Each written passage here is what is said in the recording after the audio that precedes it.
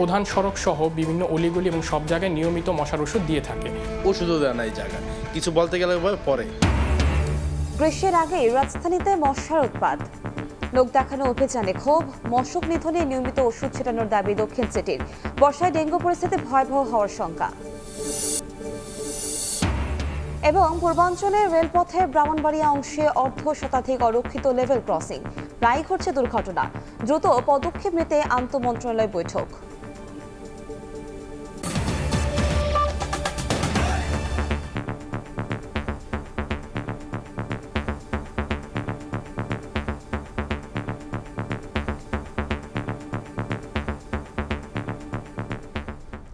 ভোরের সময় সঙ্গে আছি আমি কনক আজাদ।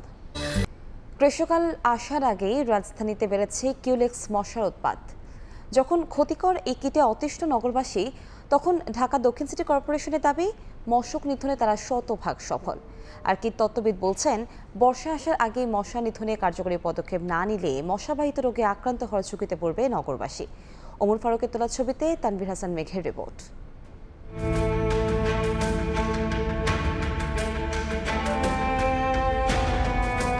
আমাদের কর্মীরা প্রধান সড়ক সহ বিভিন্ন অলিগলি এবং সব জায়গায় নিয়মিত মশার ওষুধ দিয়ে থাকে। ওষুধও দেয় না এই জায়গায়, কিছু বলতে গেলে পরে। আগে শুধু বর্ষার মৌসুমে মশার উৎপাত বাড়লেও এখন বছর জুড়েই মশার উৎপাতে অতিষ্ঠ নগরবাসী। রাজধানীর দক্ষিণ সিটি কর্পোরেশনের বিভিন্ন এলাকায় সময় সংবাদের ক্যামেরায় ধরা পড়ে মশার বর্তমান চিত্র। রাজধানীর ড্যামরা সহ আশপাশের বেশ কয়েকটি এলাকার বেশিরভাগ ড্রেন, কালভার্ট, পরিত্যক্ত ডোবা ও পুকুর যেন মশার অভয়ারণ্য। বেশিরভাগ প্লট ও ফাঁকা জায়গা ময়লা আবর্জনায় পূর্ণ। বাসিন্দারা বলছেন, দিন ও রাতের চিত্র একই রকম। এরকম ভাবে মশায় ধরে আঁকড়ায়া যে মনে হয় কুকুরও পাগল হয়ে যাইব, অতিষ্ঠ হয়ে যায় কুকুরও, আর মানুষ তো আছেই। মসজিদ আল্লাহর ঘর, সেখানেও যদি মশার জন্য বসা যায় না, এমন উৎপাত। এখনকার মশাগুলো একটু বড় বড় হয়ে গেছে, মানে কামড় দিলে তো সহ্য করার মতো না। বিকালবেলা 3টা বাজার পর থেকে কোয়েল লাগাইতে হয়। বাসার পাশে হচ্ছে একটা খাল আছে, ময়লা, অনেক মশা তৈরি হয়। পরিস্থিতি নিয়ন্ত্রণে সিটি কর্পোরেশনের বিরুদ্ধে ব্যর্থতার অভিযোগ তুলে স্থানীয়রা বলছেন, কালেভদ্রে ওষুধ ছিটানো ও ফগার মেশিনের ধোঁয়ায় কেবলই লোক দেখানো। ওনারা যে মশার ওষুধ দেয়, ওনারা একদিন দিলে মাসে 60 দিনের খবর থাকে না। মশার যে অনেক ওষুধ পানি দেয়, কিন্তু ওষুধে কাজ হয় না। এগুলো তো আসলে ওষুধ না, কেরোসিনের ইয়ে। মশা একটাও মরে না, আরো মশা ওই দিন বেশি উপদ্রব করে। 2024-25 অর্থ বছরে মশক নিধনের জন্য ঢাকা দক্ষিণ সিটি কর্পোরেশনের বরাদ্দ প্রায় 44 কোটি টাকা। কিন্তু দক্ষিণের বাসিন্দারা বলছেন, বরাদ্দ থাকা বাজেটের কোনো সুফলই পাচ্ছে না তারা। শীতের মধ্যে এত পরিমাণ মশা, আর 1-1.5 মাস পরে বর্ষা চলে আসবে ফুল, তখন আমরা কি ভোগান্তিতে ভুগবো। বর্ষার সিজনে আসলে পুরো হাসপাতালে রোগী ভর্তি। বাসিন্দাদের অভিযোগের বিষয়ে জানতে ঢাকা দক্ষিণ সিটির নগর ভবনে সময় সংবাদ। তবে দায়িত্বশীল কোনো কর্মকর্তা ক্যামেরার সামনে কথা বলতে রাজি হননি। অবশেষে অনেক 9-6-এর পর এক জুনিয়র কর্মকর্তাকে পাঠানো হয় কথা বলতে। নগরবাসীর অভিযোগকে বিচ্ছিন্ন উল্লেখ করে মশক নিধনে শতভাগ সফলতার গল্প শোনান তিনি। মশার ওষুধটার ইফিকেসি টেস্ট করে এবং যথাযথ মানসম্মত কিনা সেটা নিশ্চিত করে আমরা মাঠ পর্যায়ে সেটা প্রয়োগ করে থাকি। মশক নিধনের জন্য আমরা বিশ্বাস করি যে আমরা শতভাগ সফল। এডিস মশা নিধনে এখনই কার্যকর ব্যবস্থা না নিলে গ্রীষ্মে ডেঙ্গু পরিস্থিতি ভয়াবহ আকার ধারণ করতে পারে বলে আশঙ্কা কীটতত্ত্ববিদের। যেহেতু শুষ্ক মৌসুম, এখানে সেখানে ডেঙ্গু প্রজনন করতে পারবে না। এখন যে কনস্ট্রাকশন সাইটগুলো আছে, ওখানে এডিস মশার লার্ভা পাওয়া যাচ্ছে। ওই জায়গাগুলোকে টার্গেট করে যদি কন্ট্রোল করতে পারে, তাইলে কিছুটা আমরা সুফল ভোগ করতে পারবো নেক্সট সিজনে। হৃদয় নিংড়ানো শ্রদ্ধা আর ভালোবাসায় ভাষা শহীদদের স্মরণ করলো জাতি। 21-এর ভোরের আলো ফুটতেই স্মৃতির মিনারে জড়ো হন আপামর জনতা, যাদের আত্মত্যাগে বাঙালি পেয়েছে ভাষার অধিকার। তাদের প্রতি শ্রদ্ধা জানাতে কেন্দ্রীয় শহীদ মিনার পরিণত হয় জনসমুদ্রে। সর্বস্তরের মানুষের ফুলে ভরে ওঠে শোকার অহংকারের শহীদ বেদী। শ্রদ্ধা জানাতে আসাদের প্রত্যাশা 52-র প্রতিবাদী চেতনা ধারণ করে জুলাই শহীদদের আত্মত্যাগ, যা নতুন বাংলাদেশ বিনির্মাণে এক অপার শক্তি।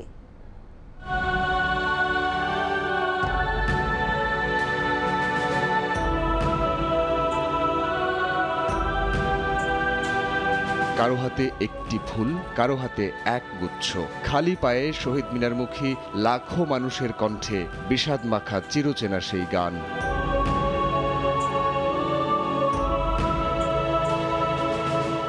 ভাই হারানোর বেদনা বুকে ধারণ করে পলাশ আর শিমুল ফোটা ফাগুনের মিষ্টি মাখা প্রকৃতিতে গোটা জাতি শ্রদ্ধা ভরে স্মরণ করে মায়ের ভাষার জন্য প্রাণ দেয়া সালাম, বরকত, রফিকদের। ২১ ভোরের আলো ফোটার সঙ্গে সঙ্গে ঢল নামে মানুষের। কেন্দ্রীয় শহীদ মিনারে যেন মিশে যায় সব রাজপথ। শ্রদ্ধা, ভালোবাসা আর মমতার ফুলে ভরে ওঠে শোক আর অহংকারের প্রতীক স্মৃতির মিনার। বাবার হাত ধরে শ্রদ্ধা জানাতে আসা ছোট্ট শিশুটিও জানে সেদিন ভাষার জন্য জীবন দিয়েছিলেন বাংলার দামাল ছেলেরা। আমি চাই বাংলাদেশ অনেক সুন্দর ভালো থাকুক। ৫২তে পাকিস্তানি শাসকের বুলেটের সামনে দাঁড়িয়েছিল বাঙালি জাতি। মুখের সে ভাষা, মায়ের ভাষা, প্রাণের বর্ণমালা, কথায় রূপ নেয়ার যে স্বাধীনতা, তাকে আর কেড়ে নিতে দেবে না জেগে ওঠা লাখো প্রাণ। এই দেশটাকে সুন্দরভাবে রাখার জন্য আমাদের যতটুকু যা করার দরকার করব। এই বাংলাদেশ একটা নতুন বাংলাদেশ হোক, যেখানে থাকবে না কোনো শোষণ। শ্রদ্ধা জানাতে আসা মানুষের আশা ৫২-৭১-এর পথ ধরে ২৪-এর গণ অভ্যুত্থান আগামীর বাংলাদেশ বিনির্মাণে এক অপার শক্তি। এই শক্তি আর সম্ভাবনার বাস্তব রূপ দিতে প্রয়োজন সুন্দর পরিকল্পনা আর রাজনৈতিক ঐক্য। যদি আমরা ৭১-কে অস্বীকার করি, ২৪-কে তারাই অস্বীকার করবে। সো দুইটাই আমাদের কাছে গুরুত্বপূর্ণ। বৈষম্যহীন বাংলাদেশ এবং সমতার বাংলাদেশ। ভাষা শহীদদের প্রতি শ্রদ্ধার সেই মিছিলে ছিলেন ভিনদেশিরা। স্মৃতিটুকু ফ্রেমবন্দিও করেছেন কেউ কেউ। A great moment for me also to be here and to celebrate with you the National Mother Language Day. আমাদের ন্যাশনাল ফ্ল্যাগটা একই রকম। ২১-এ আসা আমার একটা স্বপ্ন এবং বাঙালি পরিচয় আমার কাছে খুবই গুরুত্বপূর্ণ পরিচয়। আপামর জনতার চাওয়া নতুন বাংলাদেশ গড়তে বিভেদ ভুলে সবাই দাঁড়াবে এক কাতারে, যেখানে থাকবে শান্তি, সহনশীলতা ও ঐক্যের পাশাপাশি শ্রদ্ধা, ভালোবাসা, রাজনৈতিক মতৈক্য ও সংহতি। শহীদ মিনার প্রাঙ্গণে হাজারো মানুষ শ্রদ্ধা নিবেদন শেষে একটি দাবি রেখে গেছেন, যেন আগামীর বাংলাদেশ বিনির্মাণে রাজনৈতিক কারণে আর একটি প্রাণও ঝরে না পড়ে। জাতীয় শহীদ মিনার প্রাঙ্গণ থেকে সাইফুল রুদ্র, সময় সংবাদ, ঢাকা। মর্যাদা রক্ষায় ভাষা আন্দোলন সূচিত হলেও স্বাধিকার প্রতিষ্ঠাই ছিল এর মূল চেতনা। বর্তমানে প্রযুক্তি খাতে এগিয়ে গেলে ভাষার মর্যাদা আরও সমুন্নত হবে। আন্তর্জাতিক মাতৃভাষা ইনস্টিটিউটে আয়োজিত অনুষ্ঠানে এসব কথা বলেন প্রধান উপদেষ্টা ডক্টর মোহাম্মদ ইউনূস। অনুষ্ঠানে ভাষা গবেষক, অনুবাদক ও দূতাবাসকে দেওয়া হয় এবারের মাতৃভাষা পদক।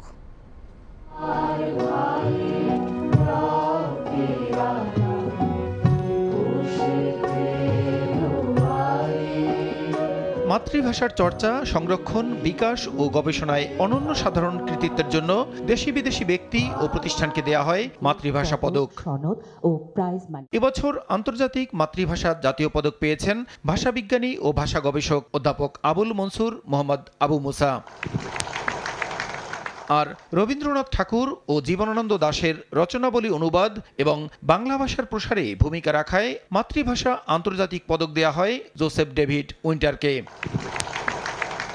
এছাড়া ইউনেস্কো কর্তৃক ২১শে ফেব্রুয়ারিকে আন্তর্জাতিক মাতৃভাষা দিবসের স্বীকৃতি প্রদানে নেতৃস্থানীয় ভূমিকা পালন করায় প্যারিসে বাংলাদেশ দূতাবাসকেও দেয়া হয় পদক। প্রধান উপদেষ্টা পদকপ্রাপ্ত প্রত্যেকের হাতে ১৮ ক্যারেট মানের ৩৫ গ্রাম ওজনের একটি স্বর্ণপদক, সম্মাননাপত্র ও ৪ লাখ টাকা বা সমমূল্যের ডলার তুলে দেন।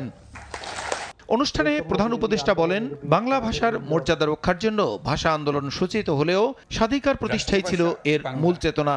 এই আন্দোলন বাঙালির মাতৃভাষা বাংলার মর্যাদা রক্ষার জন্য সূচিত হলেও এর মূল চেতনাটি ছিল স্বাধিকার প্রতিষ্ঠা করা। তা ছিল বাংলার রাজনৈতিক, অর্থনৈতিক ও সাংস্কৃতিক মুক্তির আন্দোলন। বাংলাকে রাষ্ট্রভাষার স্বীকৃতি এনে দিতে আমাদের আত্মত্যাগ করতে হয়েছে অনেক। মাতৃভাষার জন্য জীবনদানের এমন ঘটনা পৃথিবীর ইতিহাসে নজিরবিহীন। প্রযুক্তিতে এগিয়ে গেলে বাড়বে ভাষার মর্যাদা এবং সেই ভাষার প্রতিও পৃথিবীর মানুষের আগ্রহ বাড়বে বলে মনে করেন তিনি। যে দেশের প্রযুক্তি পৃথিবীতে প্রাধান্য অর্জন করতে থাকবে, তার সঙ্গে প্রাধান্য অর্জন করতে থাকবে প্রযুক্তিদাতা দেশের ভাষা। সারা পৃথিবী এই ভাষা শেখার জন্য ঝাঁপিয়ে পড়বে। যে দেশ পৃথিবীতে নেতৃত্ব দেবে, পৃথিবী সে দেশের ভাষার দিকে ঝুঁকে পড়বে। বিশ্বের বিভিন্ন দেশে শিক্ষার্থীদের মাতৃভাষার পাশাপাশি অন্তত একটি ভিন্ন ভাষা শেখাও বাধ্যতামূলক উল্লেখ করে প্রধান উপদেষ্টা বলেন, ইংরেজি শিখলেই বাংলা ভুলে যাওয়া যাবে না। ইংরেজি শিখলেই বাংলা ভুলে যেতে হবে। প্রসূন আশিস, সময় সংবাদ, ঢাকা। রাজনীতি নিয়ে ভিন্ন বক্তব্য থাকলেও ২১শে প্রেরণায় ফ্যাসিবাদকে রুখে দেওয়ার বিষয়ে একমত রাজনৈতিক দলগুলো। ৫২, ৭১, ২৪কে ধারণ করে সামনে এগিয়ে যাওয়ার প্রত্যয় নেতাদের। এদিকে অন্তর্বর্তী সরকারকে বিতর্কে না জড়িয়ে দ্রুত নির্বাচন আয়োজনের আহ্বান বিএনপি নেতা রুহুল কবির রিজভীর। ৫২-এর ভাষা শহীদদের প্রতি শ্রদ্ধা জানাতে ২১-এর সকাল থেকেই দলে দলে শহীদ মিনার প্রাঙ্গণে আসতে থাকেন বিভিন্ন দল ও সংগঠনের নেতাকর্মীরা। কেন্দ্রীয় শহীদ মিনারে ফুল দিয়ে শ্রদ্ধা জানায় মহানগর বিএনপি, যুবদল ও ছাত্রদল। ভেদাভেদ ভুলে একসঙ্গে কাজ করার আহ্বান নেতাদের। আমরা অবস্থান চাই, সবার রাজনীতি করার অধিকার রয়েছে, সবাই যাতে সেটা চর্চা করতে পারে। ১৯৫২ সাল, ১৯৭১ সাল এবং ১৯৯০-কে ধারণ করে ১৯২৪-কে ধারণ করতে হবে, নতুবা বাংলাদেশকে কোনোভাবে ধারণ করা যাবে না। এর আগে কেন্দ্রীয় নেতাদের সঙ্গে নিয়ে ফুল স্মৃতির মিনারে শ্রদ্ধা জানান বিএনপির সিনিয়র যুগ্ম মহাসচিব রুহুল কবির রিজভী। পরে তিনি বলেন, জাতীয় ও স্থানীয় নির্বাচন নিয়ে অন্তর্বর্তী সরকারের বিতর্কে জড়ানো উচিত নয়। আগে স্থানীয় সরকার না, পরে জাতীয় সংসদে এই বিতর্কে অন্তর্বর্তীকালীন সরকারের এই বিতর্কে অংশগ্রহণ করা উচিত নয়। গণতন্ত্রে বিশ্বাসী রাজনৈতিক দল ক্ষমতায় থাকলে পরে অবাধ সুষ্ঠু নির্বাচন স্থানীয় সরকারে হওয়া সম্ভব। ২১-এর প্রথম প্রহরে শহীদ মিনারে শ্রদ্ধা জানায় বৈষম্য বিরোধী ছাত্র আন্দোলন ও জাতীয় নাগরিক কমিটি সহ বিভিন্ন ছাত্র সংগঠন। ছাত্রনেতারা অভিযোগ করেন, ফ্যাসিবাদী শাসন আমলে শহীদ মিনারে শ্রদ্ধা জানানোর অধিকার থেকেও বঞ্চিত হয়েছে অনেক সংগঠন। ২৪-এর অভ্যুত্থানের স্পিরিটকে ধারণ করে ৫২-৭১ দ্বারা উজ্জীবিত হয়ে আগামীর বাংলাদেশ তরুণ প্রজন্মের নেতৃত্বে ছাত্র জনতা ঐক্যবদ্ধভাবে গড়বে। দীর্ঘ বছর পর ছাত্রদল সুশৃঙ্খলভাবে সবাইকে নিয়ে আসতে পেরেছি।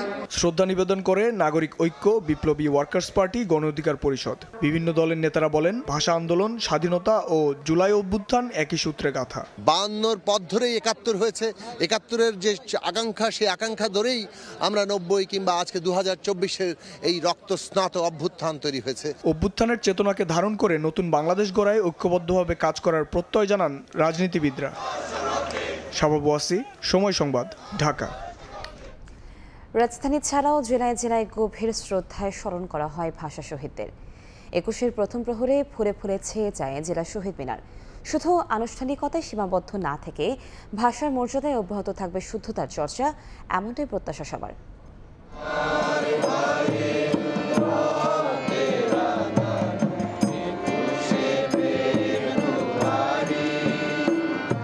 ফাগুনের স্নিগ্ধ ভোরে খালি পায়ে প্রভাত ফেরি, কচিকাঁচা শিশু কিশোর, যুবক বৃদ্ধ, সবার কণ্ঠে ভাষার গান। মাতৃভাষা বাংলার দাবিতে যারা বুকের তাজা রক্ত ঢেলে দিয়েছিলেন, সেই দামাল ছেলেদের শ্রদ্ধা ভরে স্মরণ করছে গোটা জাতি। দেশের সব জেলায় যথাযথ মর্যাদায় পালিত হচ্ছে শহীদ দিবস ও আন্তর্জাতিক মাতৃভাষা দিবস। জেলার কেন্দ্রীয় শহীদ মিনারগুলোতে ছিল হাজারো মানুষের ঢল। এ সময় কেন্দ্রীয় শহীদ মিনারে ফুল দিয়ে শহীদদের গভীর শ্রদ্ধা জানায় বিভিন্ন রাজনৈতিক, সামাজিক ও সাংস্কৃতিক সংগঠন। ভাষার জন্য যারা প্রাণ দিয়েছে তাদেরকে ফুল দিতে এসেছে। আমরা চাই আমার সন্তান যেন আমার দেশের, আমার ভাষা সম্মান করতে শেখে। বাংলায় কথা বলা এটা যে কত একটা গর্বের ব্যাপার, এর মানে কোনো তুলনা আমরা করতে পারবো না। স্বাধীন দেশ পাওয়ার ক্ষেত্রে ৫২ ২১শে ফেব্রুয়ারি অত্যন্ত গুরুত্বপূর্ণ ভূমিকা পালন করেছে। মহান ভাষা দিবস উপলক্ষে বিভিন্ন শিক্ষা প্রতিষ্ঠানে প্রকাশ করা হয় দেয়ালি কাপ। এতে তুলে ধরা হয় ৫২ ভাষা আন্দোলনের ইতিহাস। বাংলাকে জাতিসংঘের দাপ্তরিক ভাষার মর্যাদা দেওয়ার পাশাপাশি সর্বস্তরে বাংলা ভাষা প্রচলনের দাবি জানান শ্রদ্ধা জানাতে আসা মানুষ। ইংরেজি ভাষা অফিস আদালতে ব্যবহার করা চলবে না, এইটা ৭৪ সালের থেকেই এই আইন প্রযোজ্য, কিন্তু আইনটা প্রয়োগ হয় নাই। সবার দাবি যে বাংলা ভাষা সব জায়গায় প্রচলিত হোক। শহীদ মিনারে আগত মানুষের আশা, শুধু আনুষ্ঠানিকতায় সীমাবদ্ধ না থেকে ভাষার মর্যাদায় অব্যাহত থাকবে শুদ্ধ বাংলা চর্চা। সর্দার মোহাম্মদ আরিফ, সময় সংবাদ। জাতি যখন ঐক্যবদ্ধ হয়ে যায় তখন সকল অপশক্তি পরাজয় বরণ করে নিতে বাধ্য হয়। এর উদাহরণ 52 ভাষা আন্দোলন, 24-এর গণ অভ্যুত্থান। এমনই মন্তব্য করেছেন জামায়াতে ইসলামীর আমির ডক্টর শফিকুর রহমান। শুক্রবার সকালে রাজধানী পুরানো পল্টনে আন্তর্জাতিক মাতৃভাষা দিবস উপলক্ষে দেশব্যাপী সপ্তাহ জুড়ে ফ্রি মেডিকেল ক্যাম্পের উদ্বোধনী অনুষ্ঠানে তিনি মন্তব্য করেন। বলেন, ইতিহাস সাক্ষী বাংলাদেশের বুকে বারবার পতন হয়েছে ফ্যাসিবাদদের। পরে জাতীয় প্রেস ক্লাবে আয়োজিত আলোচনা সভায় যোগ দিয়ে ডক্টর শফিকুর রহমান বলেন, 52 ভাষা শহীদদের পরিবারকে পরিপূর্ণ সম্মান দিতে ব্যর্থ হয়েছে রাষ্ট্র। যে জাতি যখন ঐক্যবদ্ধ হয়ে যায় তার ন্যায্য দাবি আদায়ের জন্য, তখন অপশক্তি পরাজয় বরণ করতে বাধ্য হয়। ইতিহাসে এটা বারবার প্রমাণিত হয়েছে। সর্বশেষ এটা প্রমাণিত হয়েছে 24-এ।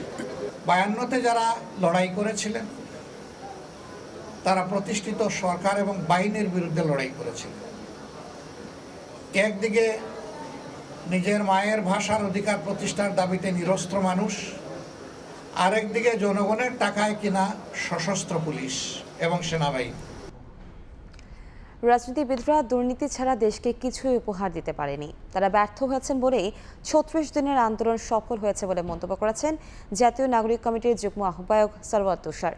শুক্রবার বিকেলে রাজধানী বাংলা মোটরে জাতীয় নাগরিক কমিটির উদ্যোগে মহান 21শে ফেব্রুয়ারি উপলক্ষে আলোচনা সভায় কথা বলেন তিনি। এ সময় নতুন সংবিধান প্রণয়নে গণপরিষদ নির্বাচনের দাবি জানান তিনি। বলেন, সংস্কার করতে না পারলে ব্যর্থ হবে অন্তর্বর্তী সরকার। যে এই রাজনৈতিক দলগুলো যারা অষ্টপ্রহর আমাদেরকে জ্ঞান দেয় যে আমরা রাজনীতি বুঝি না, আর তারা মহা রাজনীতি বুঝে, তারা এরশাদকে, যাকে আমাদের ছাত্র জনতা পতন ঘটিয়েছে, সেই এরশাদকে তারা মৃত্যুর শেষ দিন পর্যন্ত রাজনীতি করতে দিয়েছে। এখনো তারা বলতেছে যে শেখ হাসিনাকে আসতে দিবে তারা, শেখ হাসিনা আওয়ামী লীগ নির্বাচন করুক, জনগণ নাকি সিদ্ধান্ত নিবে। এটা নাকি আমরা নাকি বলতে পারবো না যে আওয়ামী লীগের বিরুদ্ধে, মানে আওয়ামী লীগের নিষিদ্ধ কিংবা নিবন্ধন বাতিলের দাবি নাকি করা যাবে না, জনগণ নাকি নির্বাচনের মাধ্যমে সিদ্ধান্ত নেবে। আরে ভাই, এখন তো বলতে হয় যে আমরা কি বোকা নাকি? 5 অগাস্টে তো আমরা ইতিমধ্যেই তো এই জনগণ তো আওয়ামী লীগের বিরুদ্ধে রায় দিয়েছে। আওয়ামী লীগ নিষিদ্ধ ও বিডিআর সহ সব হত্যাকাণ্ডের বিচার দাবিতে চট্টগ্রামে বিক্ষোভ মিছিল করেছে বৈষম্য বিরোধী ছাত্র আন্দোলন। শুক্রবার বিকেলে নগরীর লালদিঘি মাঠ থেকে মিছিলটি বের হয়ে বিভিন্ন সড়ক প্রদক্ষিণ করে। পরে মিছিলটি প্রেস ক্লাবে গিয়ে শেষ হয়। এতে ব্যানার ও ফেস্টুন নিয়ে অংশ নেন মহানগর ও বিভিন্ন উপজেলা থেকে আসা শিক্ষার্থীরা। আওয়ামী লীগকে নিষিদ্ধের বিভিন্ন স্লোগান দেন তারা। মুক্তিযুদ্ধ ও ভাষা আন্দোলনের শহীদদের স্মরণ করেন শিক্ষার্থীরা।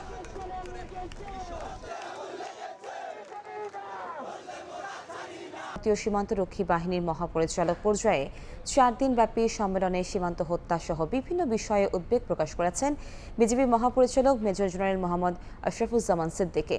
ভারতের নয়াদিল্লিতে অনুষ্ঠিত এই সম্মেলনে বিজিবি মহাপরিচালকের নেতৃত্বে 13 সদস্যের প্রতিনিধি দল ও বিএসএফ মহাপরিচালক শ্রী দলজিৎ সিং চৌধুরীর নেতৃত্বে 13 সদস্যের প্রতিনিধি দল সহ অংশগ্রহণ করেন। সম্মেলনে বিজেপি মহাপরিচালক সীমান্তে হত্যা শূন্যের কোটায় নামিয়ে আনতে প্রয়োজনীয় ব্যবস্থা গ্রহণে বিএসএফ মহাপরিচালকের প্রতি জোর আহ্বান জানান। এছাড়া সীমান্তের 150 গজের মধ্যে যে কোনো স্থায়ী স্থাপনা এবং কাঁটাতারের বেড়া নির্মাণের ক্ষেত্রে উভয় দেশের যথাযথ কর্তৃপক্ষের প্রতিনিধিদের সমন্বয়ে গঠিত যৌথ পরিদর্শক দলের পরিদর্শন আলোচনার মধ্য দিয়ে নির্মাণের ব্যাপারে গুরুত্ব আরোপ করেন। সীমান্ত দিয়ে মাদক ও অস্ত্র পাচার রোধ, অনুপ্রবেশ ও স্বর্ণসহ অন্যান্য চোরাচালানের বিষয়টিও গুরুত্বের সাথে আলোচনায় তুলে ধরেন বিজেপি মহাপরিচালক। অভ্যুত্থানের বুকে বিপ্লবের নানা স্লোগান লিখে আন্তর্জাতিক গণমাধ্যমে শিরোনাম হয়েছিল আব্দুল্লাহ আল মামুন। তার শরীরে লেখা স্লোগানে মিছিলের সামনে থেকে সাহস জোগাতেন আন্দোলনকারী শিক্ষার্থীদের। চট্টগ্রাম বিশ্ববিদ্যালয়ের ইতিহাস বিভাগের সেই মামুন অভ্যুত্থানের পর পর্দার আড়ালে, তারপরও হতাশ নন তিনি। জানান, গণমানুষের অধিকার আদায়ের জন্যই রাজপথে নেমেছিলেন। মানবিক বাংলাদেশ গড়ে উঠলেই তার সার্থকতা। বিস্তারিত জানাচ্ছেন তারিক রহমান।